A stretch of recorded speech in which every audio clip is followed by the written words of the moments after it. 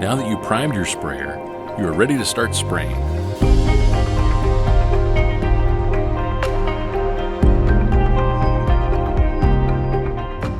Prior to setup, ensure that you are using non-flammable material.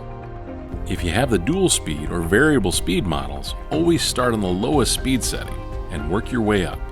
Pointing at a piece of scrap cardboard, pull the trigger to test the spray pattern. As you look at your pattern, you might need to adjust some things to get it dialed in.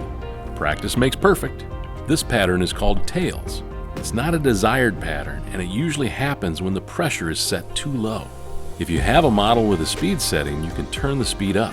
This could also be a sign of tip wear. Paint wears tips over time, so if adjusting the pressure doesn't help, it might be time to replace the tip.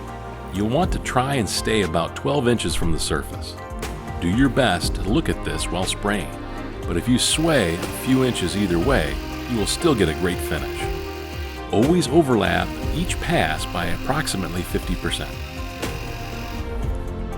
You can see these two finishes are too fast and too slow. Keep a steady pace that shows solid paint coverage. Again, overlap each pass by approximately 50%. This will give you the best finish. Depending on your project, you can rotate the spray tip to a vertical or horizontal position. Walls are generally best sprayed horizontally, while doors and other tall areas can be sprayed vertically. Ultimately, if you're getting good coverage and feeling comfortable, spray the way you prefer.